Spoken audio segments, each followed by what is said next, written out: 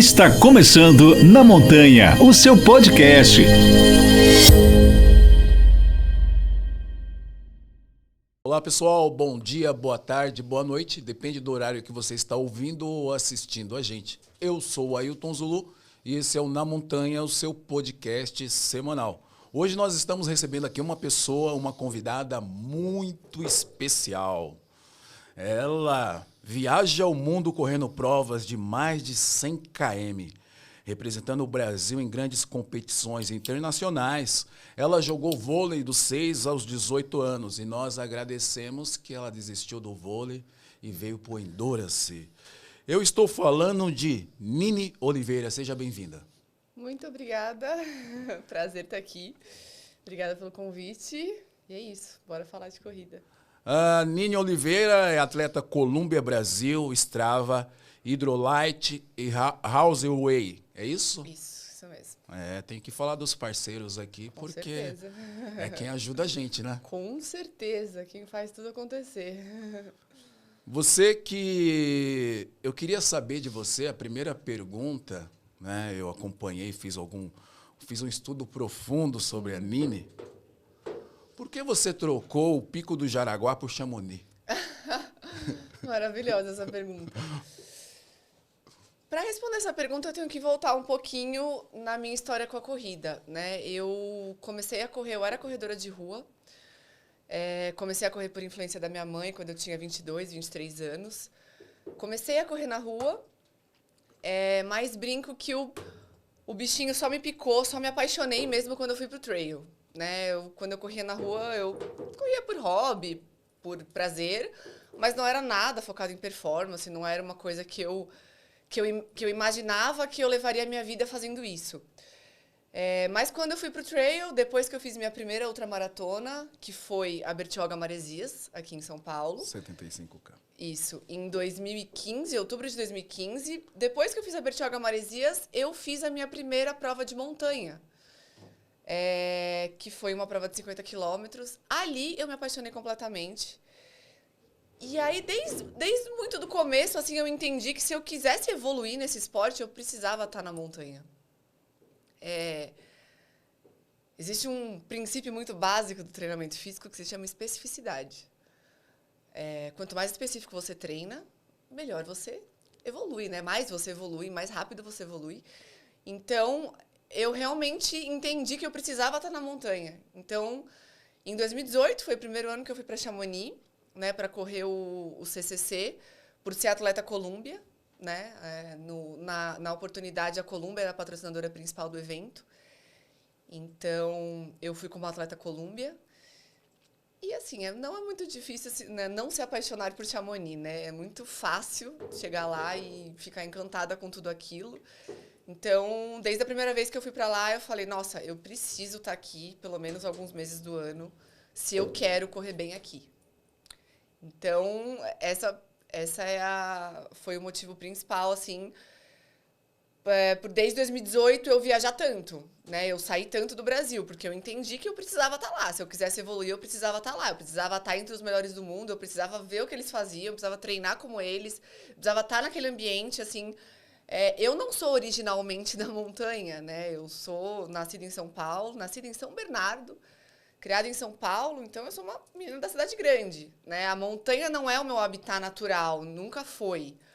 Então eu precisava estar naquele ambiente para entender como aquilo tudo funcionava. Então eu realmente passei o máximo de tempo que eu pude lá nesses últimos anos. Então é por isso. Ah, muito bem. Então, eu acho que eu estou no caminho certo. Eu estou no Jaraguá ainda. Nossa, tá, vamos lá. Mas talvez isso, Nini, explique por que em 2018, na sua estreia, você fez 22 horas e você já tem 5 participações no CCC. Uhum. E agora você acabou de correr o 101 km com mais de 6 mil de positivo, desnível positivo, e foi a primeira brasileira no geral e a primeira mulher latino-americana da prova. Você fez 16 horas e 37 minutos. A sua primeira edição, você tinha feito 22 horas, são quase 6 horas, 5 horas e 23 de diferença. É uma vida. Que evolução Fala um pouco pra gente sobre essas suas 5 participações desde 2018. Então, quando eu cheguei em 2018 para correr meu primeiro CCC, eu realmente me apaixonei por Chamonix. Aquele lugar é mágico, né? É muito especial, tem uma energia muito especial ali. E me apaixonei pelo CCC completamente. A prova é linda. Hoje eu já fiz muita prova ao redor do mundo, mas eu posso dizer que o CCC é a minha prova preferida. É maravilhosa a prova, é linda do começo ao fim. Você corre na parte mais bonita da prova durante o dia. Então eu me apaixonei muito por aquilo. E é uma característica minha, da minha personalidade. Eu não consigo fazer uma coisa mais ou menos. Se eu entro para fazer uma coisa, eu quero buscar excelência naquilo que eu estou fazendo. Isso é uma característica minha desde sempre, desde criança. E quando eu entrei no trail, eu entrei de cabeça, completamente. Então, no primeiro ano que eu fui ali para Chamonix, meu primeiro CCC, eu tive vários problemas. Eu nunca tinha corrido em temperaturas baixas. Foi o primeiro ano que eu peguei uma temperatura muito baixa. Eu quase tive uma hipotermia na madrugada. Tava -10, assim, nos picos altos ali da prova. Chegou a bater -10 na madrugada. Eu corri muito durante a madrugada, porque eu fiz uma prova muito longa. Nossa, foi, assim, aterrorizante. Foi um dos maiores perrengues que eu já passei, foi o meu primeiro CCC. Mas quando eu acabei aquela prova, eu falei, cara, tá, já entendi como isso aqui funciona. Eu sei tudo que eu preciso fazer para melhorar.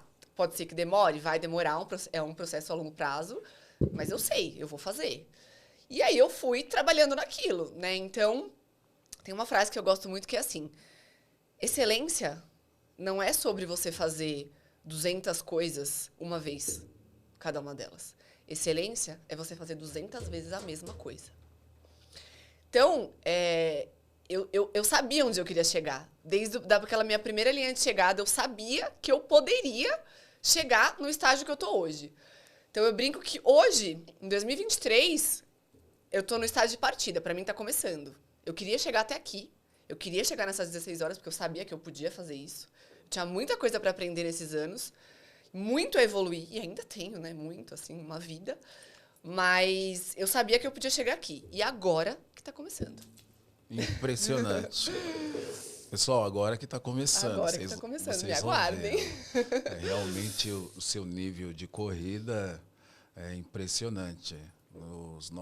As pessoas que estão nos ouvindo e assistindo não sabem, mas uma das partes do convite para trazer a Ninha aqui no podcast, ela estava correndo uma prova de 42 em Campos do Jordão, e ela passou por mim voando, e eu falei assim, ei, eu quero você no podcast Na Montanha. Ela me respondeu ali, eu achei que ela estava terminando a prova, por isso eu falei com ela, e na verdade ela ainda tinha bastante, mas mesmo assim foi educada e me respondeu, né? Uma subida ainda, eu lembro, eu tava com um gel na mão, assim, sabe aquele momento da prova que você tá tentando subir o mais rápido possível, mas aproveitando para comer também, porque você não quer comer na descida para não perder tempo? Então eu tava naquele momento, respirando, comendo gel, eu falei, opa, quando der eu vou. É que ali, para mim, já era a minha chegada, né? E eu imaginei, a chegada de todo mundo tá chegando. Ela vai chegar agora também, não. Era só a minha chegada. A sua ainda ia demorar um pouco, onde você foi vice-campeã nos 42. Na verdade, treinando, fazendo um treino para suas provas principais. Você falou, e eu falei aqui também, que você viaja o mundo correndo. Como que foi a estreia nas 100 milhas da Croácia em abril agora? 35 horas e 46 minutos correndo. Como é isso? Nossa, foi maluco, assim. Eu confesso que se dependesse de mim, talvez eu tivesse esperado um pouquinho mais para ir para 100 milhas, né?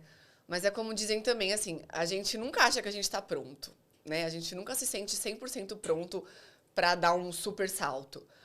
Mas no fim do ano passado, eu, em conversa com o meu treinador, eu comecei a planejar, né, meu 2023, e aí falando sobre provas de 100 quilômetros de novo. E aí meu treinador falou, Ni, você não acha que está na hora de pensar em alguma coisa a mais? Né? E assim, olhando para o circuito hoje, ali, o circuito do TMB, tem poucas provas intermediárias, tem pouca coisa ali entre 100 e 100 milhas, 120, 130, tem muito pouca coisa. Ou você está no 100 ou você está nas 100 milhas, né? E aí a hora que ele falou isso, eu falei, opa, talvez. Ele falou, olha, eu acho que você está pronta. de cabeça, de experiência, de maturidade. Como é o seu objetivo? O meu objetivo são realmente as provas longas, né? As 100 milhas. Vamos se jogar, vamos começar, sabe? A primeira não vai sair redonda, a gente sabe disso, mas a gente precisa começar. O que você acha? E aí, naquele momento, eu parei pra pensar e falei, nossa, tá bom, né? Vamos lá. Foi um processo ali, umas semanas para digerir, porque eu sabia que o ciclo de treinos ia ser bem mais pesado, bem mais longo. Eu sabia, né, que eu ia ter que abdicar de muita coisa, porque são muitas horas treinando, mais coisas, né? Enfim. Mas, enfim, eu também sentia que eu estava pronta. E aí, enfim, encaramos, né? Escolhi a prova da Croácia, que já era uma prova que tinha no meu radar. Sempre quando eu falava que eu queria fazer minhas primeiras 100 milhas, eu tinha um carinho especial por essa prova. Eu olhava essa prova, eu gostava da data dela. Croácia é um lugar que eu não conhecia ainda. Uma prova que não tem tanta altimetria, pensando em 100 milhas, né? Ela tem 7 mil metros acumulados. E aí eu falei, bom, então vamos lá, vamos para essa prova. Foi a experiência mais maluca e mais intensa que eu já vivi na minha vida. Eu fui com uma cabeça de pensar em fazer a prova em umas 30 horas, mais ou menos. Se desse um dia maravilhoso, fazer abaixo de 30 horas. Mas assim, deu tudo errado. Do começo até a metade da prova deu basicamente tudo errado. E aí foi muito louco, assim. Foi uma luta com a minha cabeça o tempo inteiro, assim. Eu tinha meio que uma voz na minha cabeça, assim, falando, tá, o quanto você quer isso aqui? Você quer mesmo fazer 100 milhas? Por que você quer fazer 100 milhas? Por que você não fica no 100? 100 é tão legal. Larga de dia, chega de dia, não corre à noite. Por que você quer fazer 100 milhas? Por quê? E ficava aquilo na minha cabeça, e ficava aquilo. Eu quase desisti, liguei pro meu pai no meio da prova, porque eu tava, assim, com um problema de estômago, eu não conseguia comer. Mas aí eu respirei fundo, falei, quem manda nisso aqui sou eu. Eu não vou dar DNF nas minhas primeiras 100 milhas. Nas minhas primeiras 100 milhas, eu vou completar essa prova. E é só a primeira, vamos embora. Fiz uma segunda metade de prova muito melhor que a primeira, passei uma galera, né, um monte de mulheres, cheguei em 13ª geral, não fiquei satisfeita com o meu tempo, não fiquei satisfeita com a minha performance, mas fiquei muito satisfeita com a forma como eu lidei com a crise, né?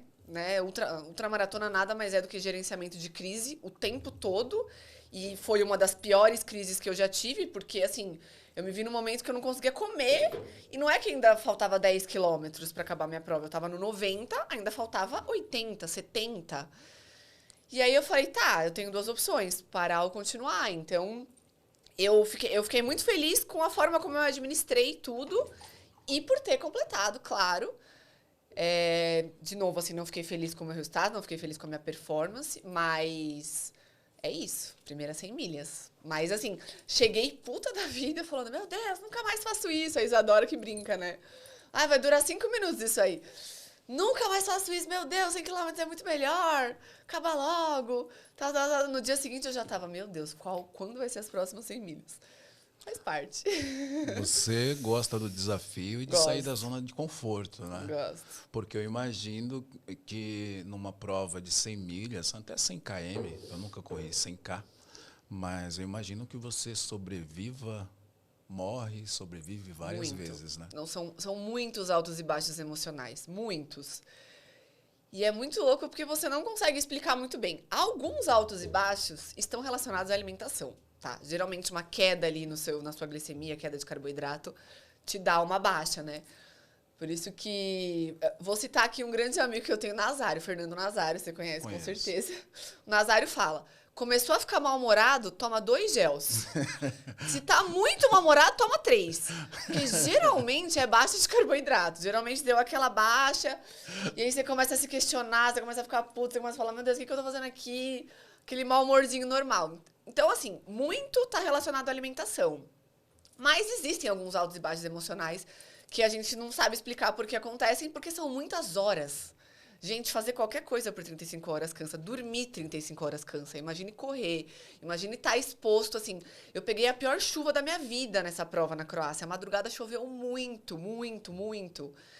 E essa é uma coisa também que eu quero melhorar, assim, que vai ser meu foco nos próximos anos, assim. É impressionante como os europeus, eles conseguem se manter correndo rápido com as piores variações de tempo possíveis, assim. Pode estar chovendo granizo, a pior chuva, a velocidade deles não é alterada. Eles terminam a prova no mesmo tempo que eles terminariam se tivesse sol, sabe? E pra mim isso ainda é muito difícil, porque eu peguei uma chuva torrencial na madrugada, no pico mais alto da prova, era 3 horas da manhã, um lugar super exposto, um vento, uma chuva. É muito difícil você se manter correndo rápido numa situação daquela. E o primeiro colocado, claro, né? Os primeiros passaram voando, sabe? Então, é impressionante como eles são muito bem adaptados àquele ambiente, àquela atmosfera, sabe? Que, de novo, para uma pessoa que nasceu na cidade grande, que nasceu em São Paulo, eu não cresci fazendo isso. Eu tô fazendo isso de 7 anos pra cá. Então, essa é uma das coisas que eu sinto que eu preciso melhorar muito ainda, ganhar mais essa experiência em climas ruins, em situações ruins, porque na montanha você não escolhe. Pode ser que você largue a prova e faça sol o dia inteiro, como fez esse ano no CCC, as condições estavam perfeitas, graças a Deus. Mas pode ser que não, pode ser que você pegue condições terríveis. E assim, a primeira terminou lá, na mesma quantidade de horas que ela faria no sol. Então é possível. Por que você não consegue, sabe? Então essa é uma coisa que eu preciso melhorar também. Nos próximos anos tá no meu radar. Legal, Nini. Você falando aqui me remete ao treinamento mental. Como tem que ter essa força mental durante a prova, ali durante as crises, né? Porque, como você falou, o ser 1 está aqui no seu ouvido direito, o ser 2 no ouvido esquerdo. Quem você vai escutar mais naqueles momentos de crise, né? Porque muitas vezes a vontade é sentar e chorar e falar, eu vou ficar por aqui, né? Sim. Dá essa vontade muito. Eu escrevi até um texto, depois das minhas 100 milhas ali, que foi pro Strava, falando um pouco disso, assim. Eu sou muito apegada e eu sempre gosto de entender a essência e o motivo das coisas, o porquê, sabe? Por que você escolheu isso? Por que você é corredor de montanha? Por que você é corredor de longas distâncias? Ou por que você é corredor de curtas distâncias? Ou por que você corre 10 quilômetros? Por que seu objetivo é fazer isso?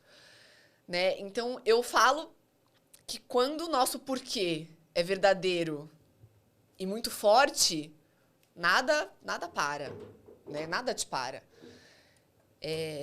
Desde que eu comecei nessa jornada do trail, eu sei exatamente de onde eu comecei, eu sei exatamente de onde eu vim e eu sei exatamente onde eu quero chegar. E o motivo das minhas escolhas é muito verdadeiro, é muito genuíno, é muito real, sabe? Eu amo isso com todas as minhas forças, eu amo isso do fundo do meu coração, sabe? E eu faço pra mim, eu não faço pra ninguém.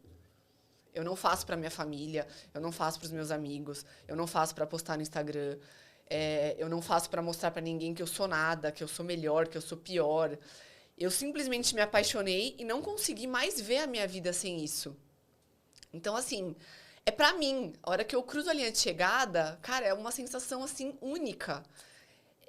Eu quero me sentir forte, sabe? Eu quero me sentir uma atleta de elite. Eu quero estar lá, sabe? É pra mim, não é pra mais ninguém. Então, assim, é isso que eu falo, assim, sempre se questione. Toda vez que você estiver nesse momento de, né, ali na prova, será que eu vou abandonar? Será que eu não vou abandonar? Respira fundo e pensa. Por que você começou? Por que você tá aqui?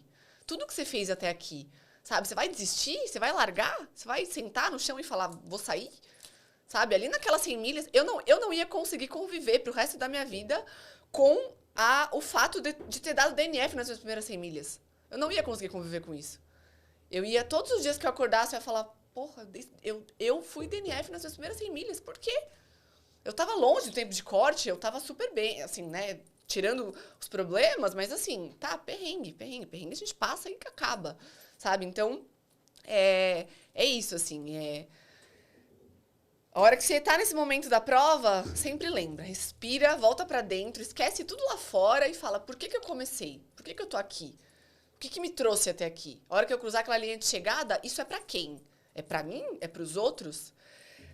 Se nesse processo você perceber que você não tá fazendo isso pra você mesmo, que você tá fazendo isso pros outros, ou por ego, ou por, enfim, talvez você desista. Vai ser mais fácil. Agora, se o seu motivo for forte, se o seu porquê for forte, você continua. Legal. A próxima pergunta seria sobre o DNF, né? Na Capadócia e na África. Mas eu quero aproveitar o gancho aqui. Por que você corre? O texto é de 3 de fevereiro de 2020. Eu aprendi a correr com a minha mãe. Eu corro por ela. Eu corro porque a corrida é um amor além de mim. Eu corro porque esse é o único sentimento que chega perto do meu amor pela minha mãe. Eu corro porque a corrida hoje me leva a lugares aonde há alguns anos atrás eu jamais imaginei ir. Eu corro porque a corrida mudou a minha vida. Eu corro porque eu tenho sonhos. Nini, 3 de fevereiro de 2020. É isso? Por que você corre? Eu achei esse texto fantástico. Pessoal, a gente tenta sempre estudar o convidado. Ontem eu olhei os 2001 posts do Instagram da Nini, para você entender um pouco a história do convidado. Vocês não têm noção de cada história que tem por trás de um atleta profissional, de um atleta de elite, dos seus sonhos. Quando eu vi que ela treinava no Jaraguá, eu comecei a rir, porque eu moro do lado do Jaraguá. E eu pensei assim, logo, logo, então, meu próximo treino é em Chamonix. Né? Porque você vê como que as pessoas elas têm sonhos, a vivência dela, o desejo dela, a vontade dela de ser aquilo que ela tanto sonha, faz com que ela consiga chegar em lugares que jamais imaginou. E a Nini está emocionada porque a mãe dela não está mais presente fisicamente. Mas eu achei esse texto sensacional. Sim. E é isso, nada mudou. Isso foi em 2020. E contando resumidamente também, assim, só para contextualizar para quem não sabe, em 2015 eu perdi minha mãe. E minha mãe teve câncer, ficou 2 anos em tratamento e faleceu. E eu comecei a correr com ela. Quando eu tinha 22, 23 anos, a gente morava aqui em São Paulo. Minha mãe era aquela pessoa que amava correr por puro prazer, zero performance. Ela era daquelas que se inscrevia em prova de fim de semana, mas se ela acordasse que ela não estava afim, ela não ia. Ela estava zero preocupada com o tempo, ela corria sem relógio. Ela era assim, ela corria por puro prazer. E eu fui ganhando esse prazer pela corrida junto com ela. Né? E aí depois, quando ela faleceu, assim, 6 meses depois, um dia eu sonhei com ela. E nesse dia que eu acordei desse sonho, foi o dia que eu resolvi me inscrever na minha primeira ultra, que foi a Bertioga Maresias de 2015. Minha mãe faleceu mais ou menos em março, acho que foi março de 2015. E aí eu me inscrevi para essa prova de última hora, né? Porque foi já quase na data da prova. Liguei pro meu pai um dia e falei, pai, eu quero fazer uma ultramaratona, só que eu preciso que alguém faça meu apoio, né? Essa prova é obrigatório você ter um apoio de carro ou de bike. E meu pai falou, filha, por que você quer fazer? Eu falei, não sei, sonhei com a minha mãe, tô a fim de me inscrever, você faz meu apoio? Meu pai, faço, tá bom, mas assim, você tá treinada, você treinou? Eu falei, tô, deixa comigo. Nunca tinha corrido mais de 21 quilômetros. Enfim, fiz essa primeira ultramaratona e ali naquela linha de chegada, tudo fez sentido, assim, eu senti uma coisa muito especial. Senti um sentimento muito único, que eu torço para que todas as pessoas um dia na vida sintam um sentimento perto do que eu senti ali. Um sentimento muito único, muito. Foi a única vez que eu senti até hoje isso na minha vida. Era um sentimento muito verdadeiro e uma certeza de que eu ia fazer aquilo pro resto da minha vida. Eu não sabia como, eu não tinha a menor ideia do que ia acontecer nos anos seguintes da minha vida. Eu não sabia que existia corrida de montanha naquele momento. Para mim, existia ultramaratona de rua, eu não sabia que existia um esporte chamado trail running, eu não sabia nada. Eu só tinha um sentimento de certeza que eu falei, eu vou fazer isso pro resto da minha vida. Eu quero fazer isso pro resto da minha vida. O que eu vivi aqui hoje foi muito especial. E aí, nos anos seguintes, enfim, aconteceu, minha vida mudou completamente e hoje eu tô aqui.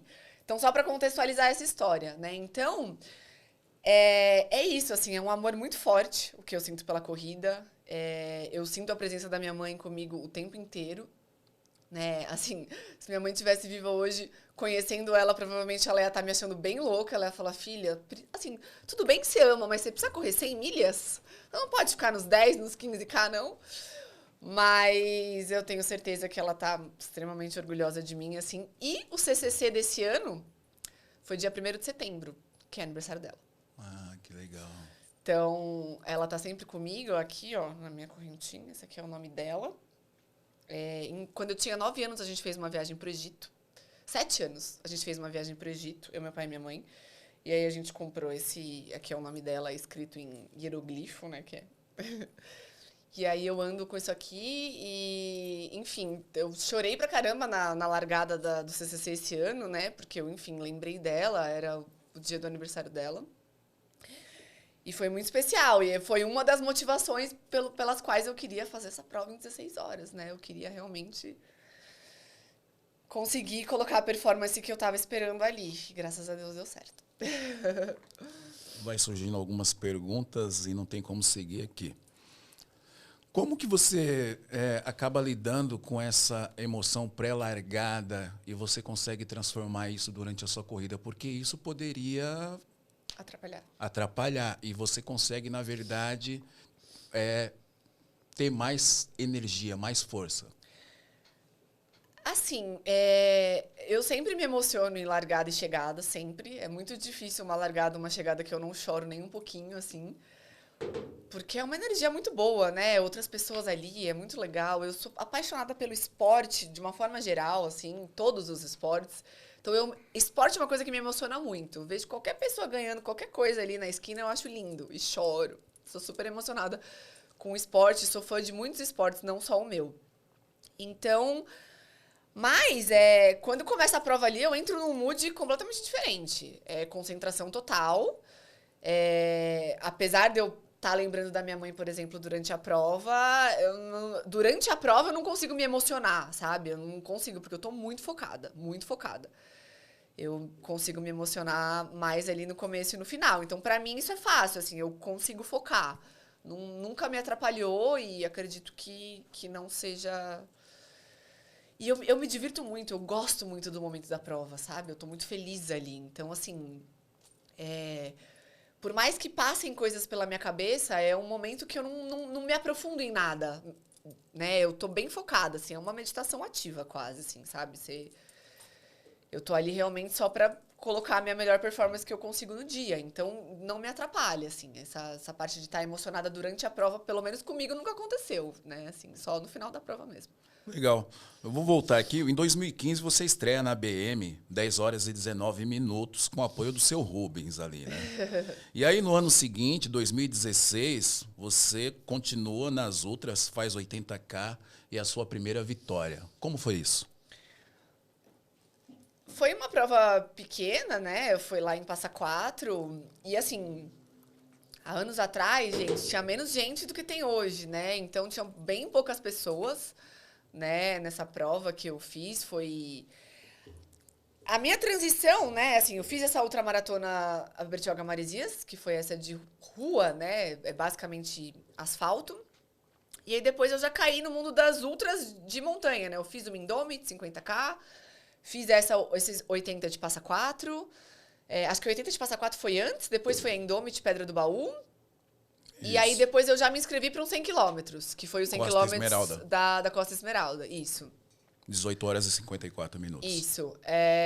Assim, não foram performances maravilhosas, eu tava totalmente começando ali naquele momento, né? Eu literalmente me joguei num esporte novo, um esporte de alta complexidade, né? Que é o trail running, as provas longas principalmente.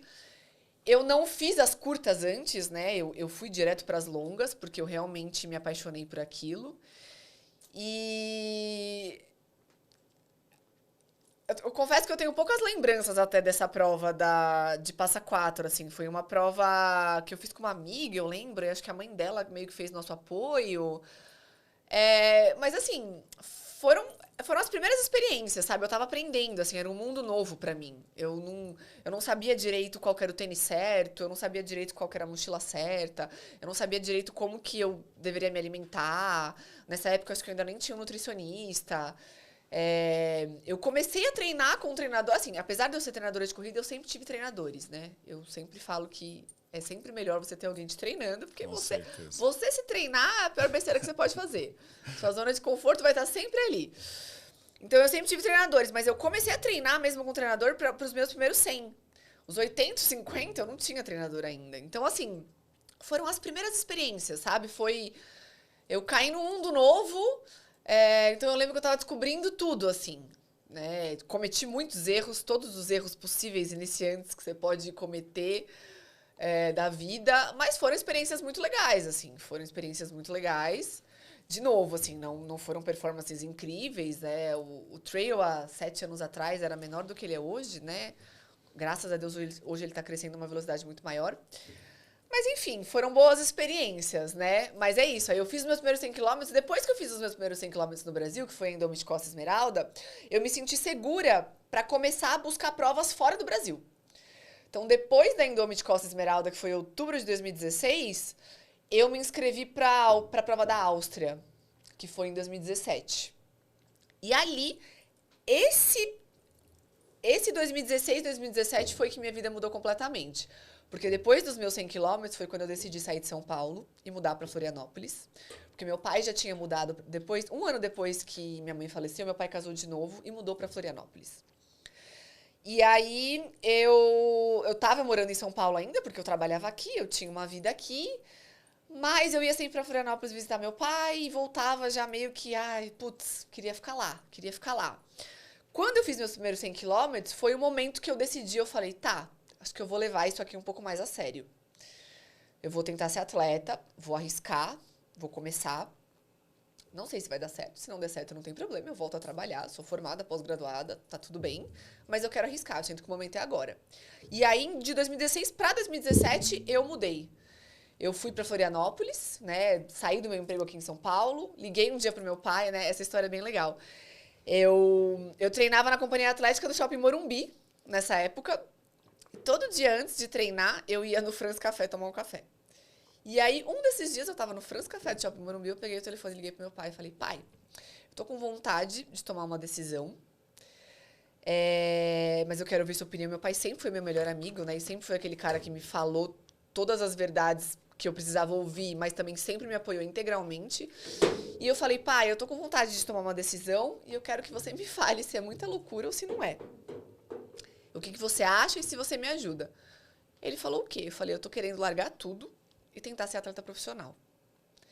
Eu sei que eu tenho um trabalho a longo prazo, eu tenho muitos anos pela frente, porque eu ainda tô muito longe da performance de um atleta de elite.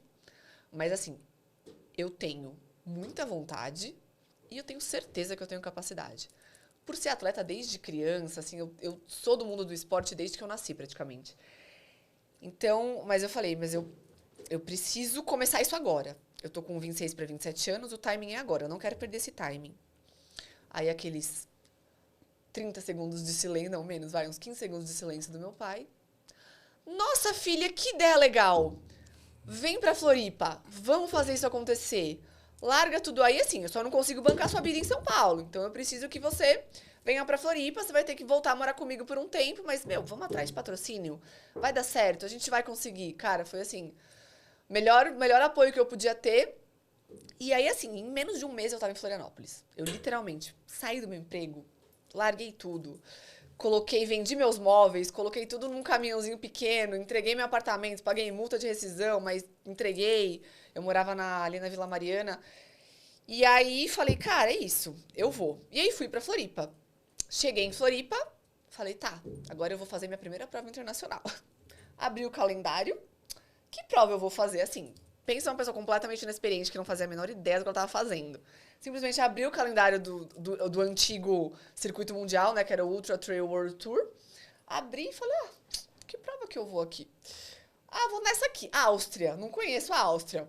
Vou nessa prova aqui. Fui lá e me inscrevi para a prova da Áustria. E aí, em junho de 2017, foi minha primeira viagem internacional sozinha, minha primeira prova internacional, meus primeiros 100 km fora do Brasil.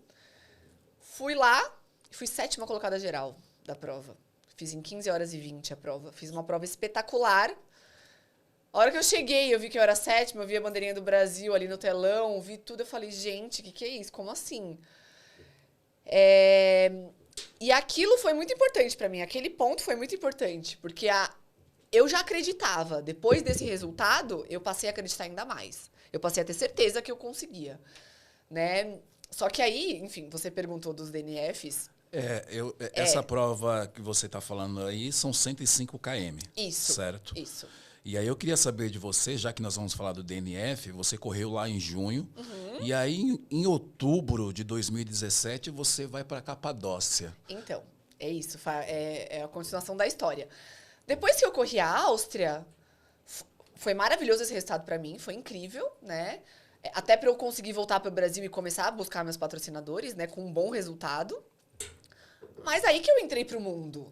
E aí eu falei, tá, legal, fiz essa prova em junho, voltei pro Brasil, consegui alguns apoios, alguns patrocínios, novamente, abri o calendário e falei, tá, qual que é a próxima? Vamos lá. Aí fui lá, outubro, essa data é boa, escolhi a prova, Turquia, Capadócia, que lindo, vamos lá. Escolhi a prova da Capadócia, me inscrevi. E aí, quando eu cheguei na Capadócia, assim, hoje, se eu pudesse voltar atrás, eu jamais teria escolhido a prova da Capadócia naquele momento. Por quê? A Turquia não é um país de primeiro mundo igual a Áustria. A Turquia não é um país tão fácil. A Capadócia não é um lugar fácil de chegar, de logística, igual a Áustria. A Turquia é um lugar que você tem que tomar cuidado para comer na rua, porque você pode passar mal, que foi o que aconteceu. Eu cheguei na Capadócia, 2 dias antes da prova, eu tive uma intoxicação alimentar, que eu não sei se foi comida ou água. Mas é uma cultura muito diferente da nossa, é uma alimentação muito diferente da nossa, é um lugar muito diferente. Eu completamente inexperiente, sem absolutamente ninguém para me orientar sobre nada. Sei lá, fui comer num restaurante, acho que a comida não fez bem. Os 2 dias anteriores da prova eu passei vomitando no hotel. Nossa. E aí eu larguei a prova extremamente fraca. Se fosse hoje, eu nem teria largado a prova. Mesmo com viagem paga, tem coisas que você não tem que fazer. Né? Hoje eu tenho essa consciência e tenho essa experiência. Naquele momento eu tava, meu Deus, eu tô aqui, paguei essa viagem, fiz um puta resultado, tá todo mundo esperando o meu próximo resultado, e agora? Larguei a prova, foi uma das piores decisões que eu tive. Ainda corri 59 quilômetros, abandonei nos 60. Eu tava super fraca, eu tinha frio, a prova, assim, a Capadócia é um lugar que faz muito frio de madrugada, tipo 0 graus à noite, e durante o dia faz 30. É uma amplitude térmica gigantesca. A gente largou 5 horas da manhã, tava frio, só que meio-dia tava um puta calor, e eu tava com frio, eu sentia frio. Meu corpo não tinha energia pra produzir calor, assim, eu tava super mal. Cheguei no PC do quilômetro 59 a 60 e fui obrigada a abandonar. A equipe médica não deixou eu continuar, não tinha condições de continuar. E aí eu dei esse DNF. Então, assim, no meu primeiro ano de carreira, eu vivi o céu e o inferno no mesmo ano, né? Eu tive um excelente resultado na Áustria e o meu primeiro DNF na Turquia. E aí que tudo começou a acontecer, né? Mas é muito legal, assim, olhar pra trás, porque tudo aconteceu como tinha que acontecer. Eu tinha que passar por isso, eu tinha que aprender isso, eu tinha que viver isso. Né? Assim, esse erro de ter uma intoxicação alimentar antes da prova, eu nunca mais cometi. Né? Eu aprendi. Ali eu aprendi e eu nunca mais cometi. Então, precisava acontecer isso para eu aprender. Eu não tinha ninguém, na época, para pegar na minha mão e falar, olha, Ni, é assim que faz. Eu dei as caras e fiz tudo sozinha, desde o começo, sempre. Né? Então... Mas, enfim, foi muito legal. Hoje eu olho para trás, assim, depois eu aproveitei a viagem, o lugar é incrível e tal. E, enfim. Aí, 2018, veio 2018, eu fiz o meu segundo CCC. Eu não lembro agora se 2018, no primeiro semestre, eu fiz alguma prova. Não tô lembrada agora. Mas eu fiz o meu primeiro CCC e aí depois veio Cape Town, né? Que também foi meu segundo DNF. Cape Town, o meu segundo CCC, ele foi bem melhor que o primeiro, né? Foram 19 horas e 55. Mas ainda foi uma prova muito sofrida. Eu ainda não era, né, essa corredora que recuperava super rápido, que fazia 100 quilômetros e uma semana depois estava nova. Então, o que aconteceu em Cape Town foi... Eu corria o CCC no final de agosto e eu basicamente não recuperei direito e não tive tempo de fazer um ciclo bom para correr o Cape Town, que é no final de novembro. Né? Assim, é um intervalo de 3 meses. Mas, para minha performance, pro meu nível de performance naquele ano, ainda era muito. Hoje, eu faria tranquilamente, mas naquele momento, eu ainda não conseguia recuperar rápido de uns 100 quilômetros e já engatar um ciclo consistente para outros 100 quilômetros em 3 meses. 90 dias é pouco, né? Naquele momento era muito pouco para mim. Então, eu cometi esse erro. Ali foi um erro de calendário. né, naquele ano, provavelmente eu não tinha que ter corrido outra prova longa. Eu tinha que ter recuperado do meu CCC e talvez ter focado numa prova longa no começo do próximo ano. Então, foi um erro de calendário. Eu fui, né, abandonei a prova no quilômetro 70, ainda corri 70 quilômetros também, mas assim, eu tava cansada. Eu lembro, assim, o meu ciclo de treinos pra Cape Town foi o pior que eu tive na minha vida. Eu lembro que eu fiz um longo de 7 horas, assim, me arrastando. Eu lembro que um amigo fez comigo. Se não fosse ele, assim, eu não tinha terminado aquele longo. Eu tava muito mal e eu tava cansada mentalmente. Era um cansaço, assim, que vinha de dentro. Era uma coisa, assim, que eu não sabia explicar. Eu cheguei em Cape Town exausta, né? Eu não descansei direito. Então, eu larguei a prova cansada. É uma prova maravilhosa, que eu quero voltar muito um dia, tá nos meus planos aí para os próximos anos, esse ano, ou talvez um próximo ano, voltar para Cape Town, que eu preciso fazer essa prova. E hoje eu sou outra atleta, né? Assim, quero ir para fazer uma baita prova. Um lugar maravilhoso, uma prova linda, recomendo, assim, quem quiser ir. Mas essa foi a história dos meus primeiros DNFs, assim, foram erros clássicos de quem tá começando, erros clássicos de quem não tem experiência, de quem, né, não sabia que não podia comer fora antes da prova, de quem não sabia ainda como montar um calendário da forma correta, né? Foram erros muito, muito clássicos, assim, de quem tá começando. Mas não me arrependo de nada, eu faria tudo de novo.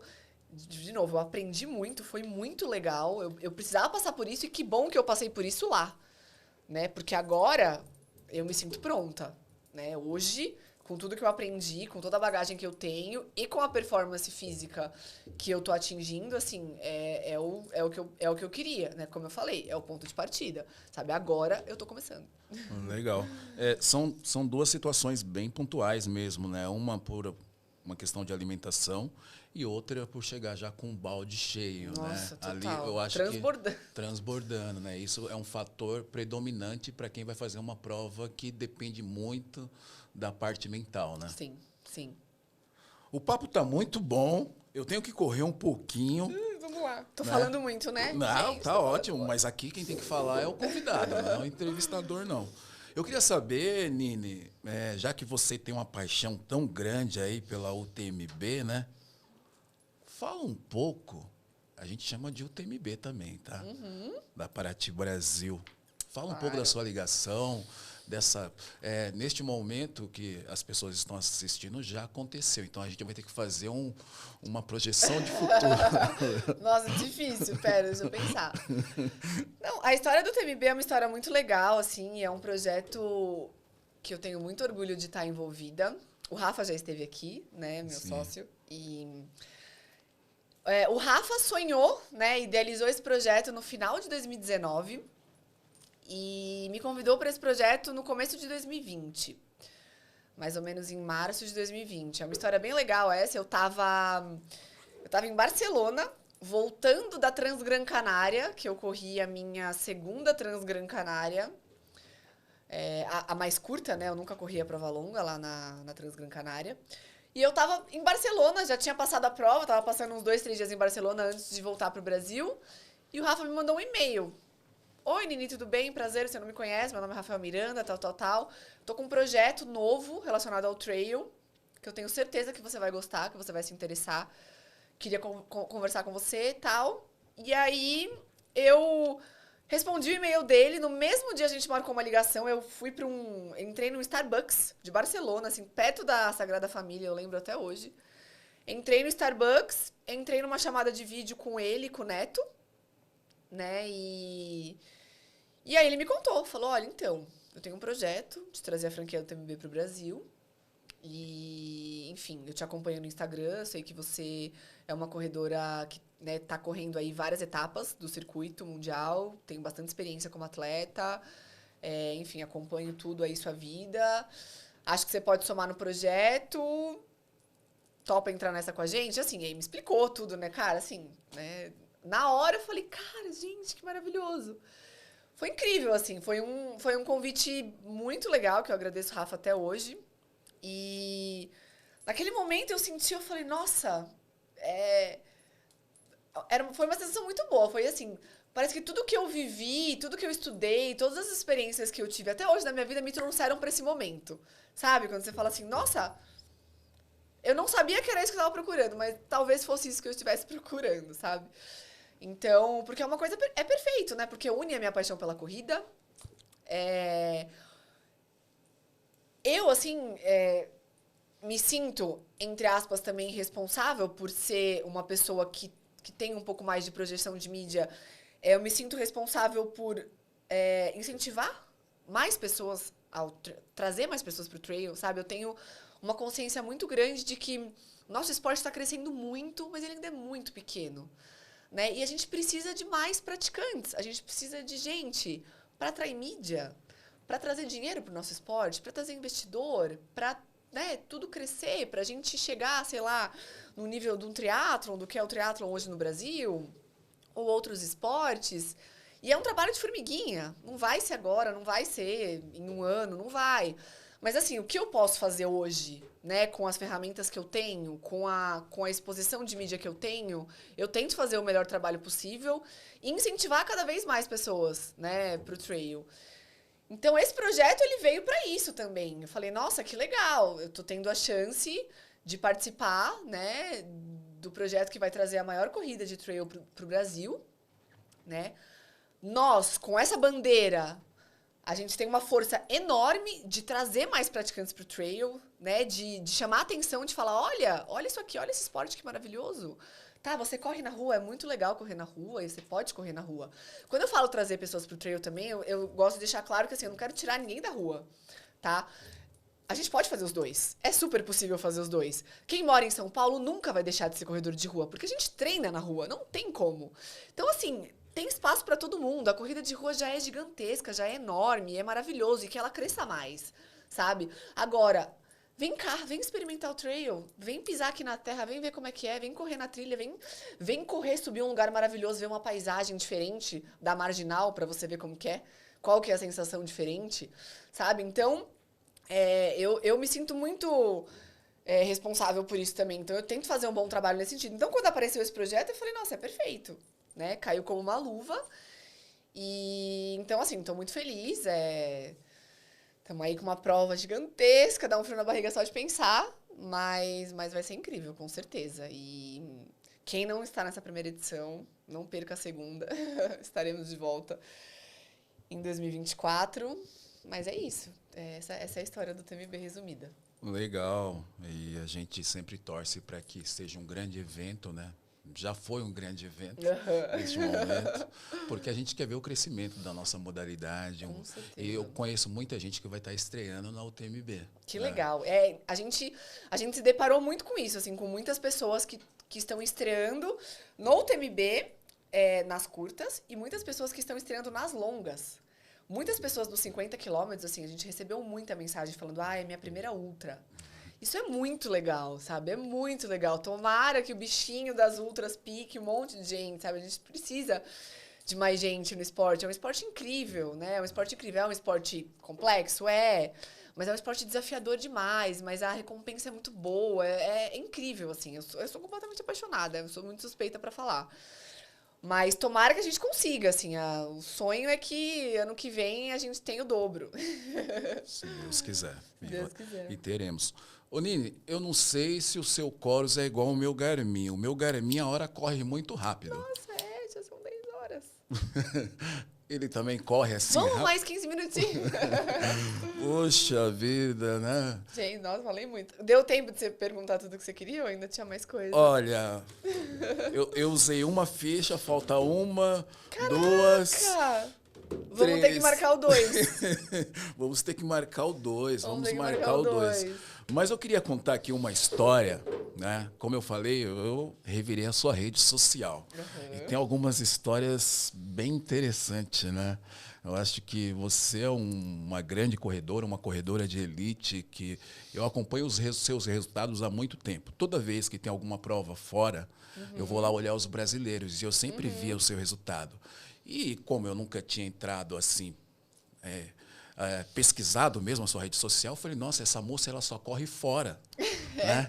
Nunca correu no Brasil e ela tem resultados impressionantes, mas agora eu sei que você correu muito no Brasil, treinou muito no Jaraguá, muito. antes de estar em Chamonix. Muito. Né? Mas tem uma pessoa que eu preciso fazer uma homenagem, que eu achei essa história fenomenal e eu tenho certeza que você também é fã dele, né? A história é assim, pessoal. O Leandro vendia balas no semáforo da Avenida Bandeirantes, em São Paulo, onde meu pai passava todos os dias para ir trabalhar. Eles ficaram amigos e meu pai colocou o Leandro para fazer inglês, informática, deu para ele o seu primeiro computador, incentivou a estudar, colocou no cursinho, ajudou ele a conseguir um emprego e foi tirando ele do farol aos poucos. Tudo isso e mais tantas outras coisas nos últimos 10 anos. Hoje o Leandro fala 5 línguas, desculpa, trabalha viajando pelo mundo numa grande rede de turismo europeia, ganha em euro, ajuda a família que ainda mora numa comunidade em São Paulo e está se preparando para vir estudar na França. Semana passada, depois de muitos anos sem se ver pessoalmente, mas sempre em contato pela internet ou telefone, eles se reencontraram em Paris. O Leandro ainda tem o sonho de se formar em Direito na USP e ser juiz. E não tenho a menor dúvida de que ele vai conseguir. Nós nunca contamos essa história para ninguém nesses 10 anos, mas eu achei essa foto tão surreal que resolvi postar. Eu cresci aprendendo que tudo é possível, e não apenas com palavras, mas com exemplos como esse do meu dia a dia. Sim, tudo é possível. O Leandro pode ser o que ele quiser. Eu posso ser o que eu quiser. Você pode ser o que você quiser. E meu pai, sim, ele é foda. Eu tenho o maior incentivador e apoiador de todos os meus sonhos, das minhas loucuras dentro de casa. E agradeço a cada dia por isso. Eu vou trabalhar duro nos próximos anos para que mais crianças tenham oportunidades igual ao Leandro, através do esporte ou qualquer outro caminho. Além de torcer para que as nossas próximas gerações tenham mais Rubens por aí. Legal, né? Essa é uma história fenomenal. Sim, é muito legal. Meu pai trabalhava numa empresa. A gente morava em São Bernardo, né? Moramos em São Bernardo por muitos anos. E meu pai trabalhava numa empresa que ele tinha que pegar Bandeirantes ali todo dia para chegar. Ali, ele trabalhava em Moema.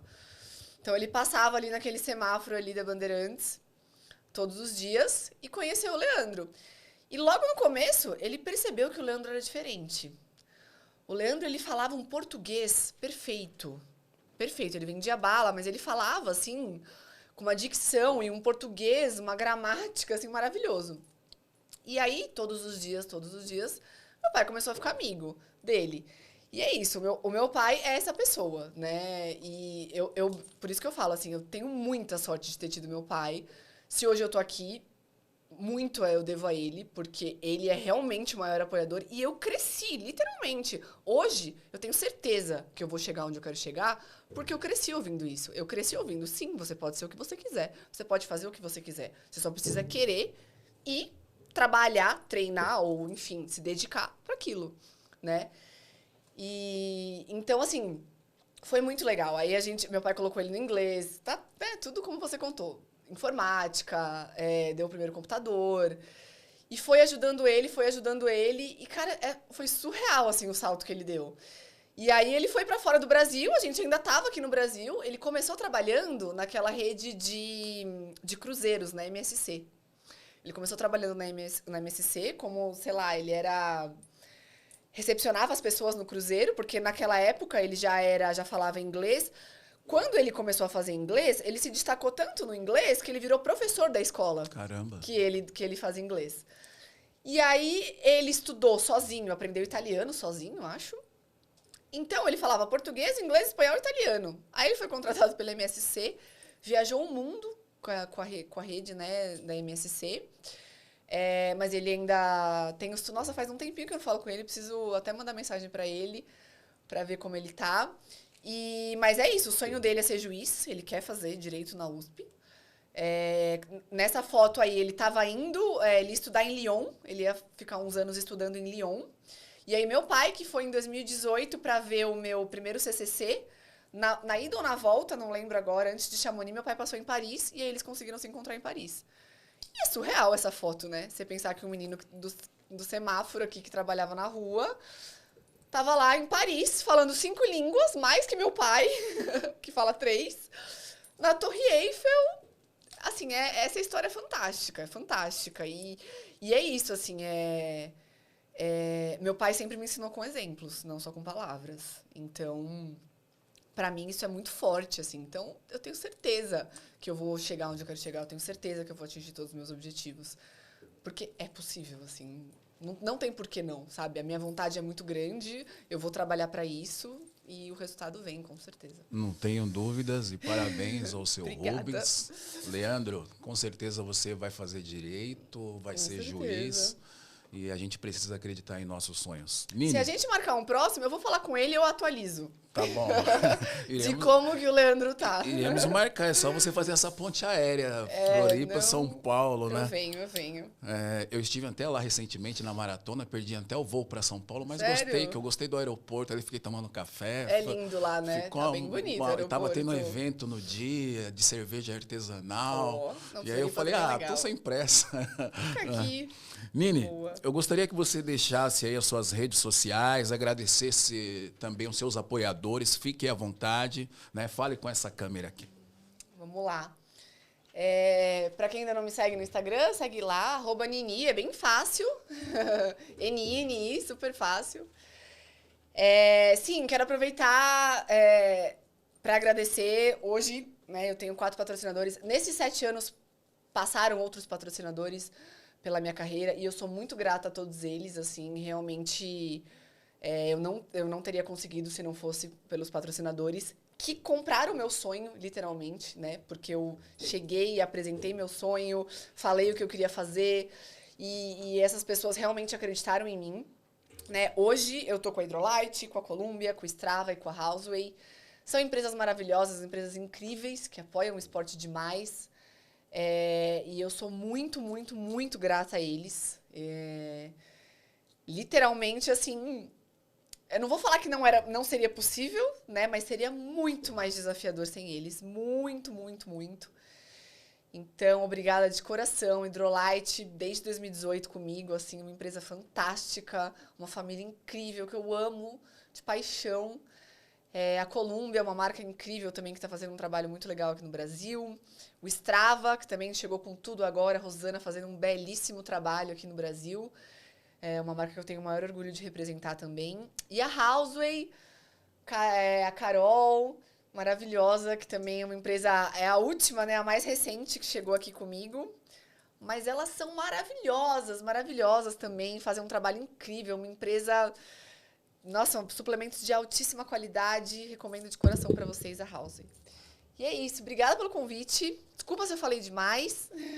Na verdade, faltou tempo. Faltou tempo, mas obrigada pelo convite. Sempre legal estar aqui. Espero que a gente inspire mais pessoas aí, sempre. Sem dúvida. E se vocês querem um desconto em todas essas empresas que você acabou de ouvir, vai no Instagram da Nini, que tem lá vários cupons. Tudo desconto, isso. Tudo desconto. Boa. Pessoal, é isso aí. Muito obrigado, Nini, mais uma vez. E até a próxima.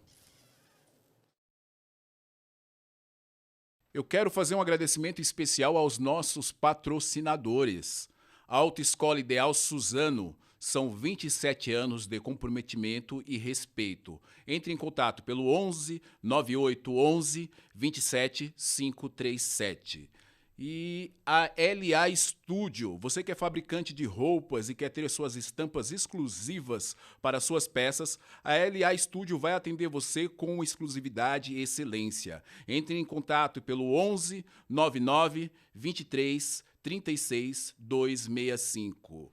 A Colmeia Print oferece soluções de impressão e serviços para comunicação visual nas áreas de ponto de venda, mídia exterior, materiais para eventos e ações de merchandising em geral. Oferecemos assessoria no desenvolvimento de peças e campanhas nas diversas mídias, suportes, acabamentos e tipos de instalações que esses segmentos necessitam. Acesse www.colmeiaprint.com.br. Quantas emoções cabem numa foto?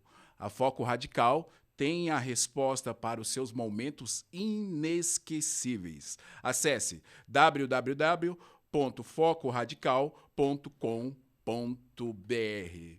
A Equilíbrio Esporte, a sua loja da alta performance. Se você busca superar os seus limites, encontrar equilíbrio e viver uma vida ativa, Seja bem-vindo a Equilíbrio Esportes. A loja que compartilha sua paixão pelos esportes está pronta para te levar além. É isso, acesse www.equilibrioesportes.com.br ou pode chamar no WhatsApp no 11 26 25 29 99. E se você quiser ter um belo desconto, use o cupom Na Montanha 10 e tenha 10% de desconto na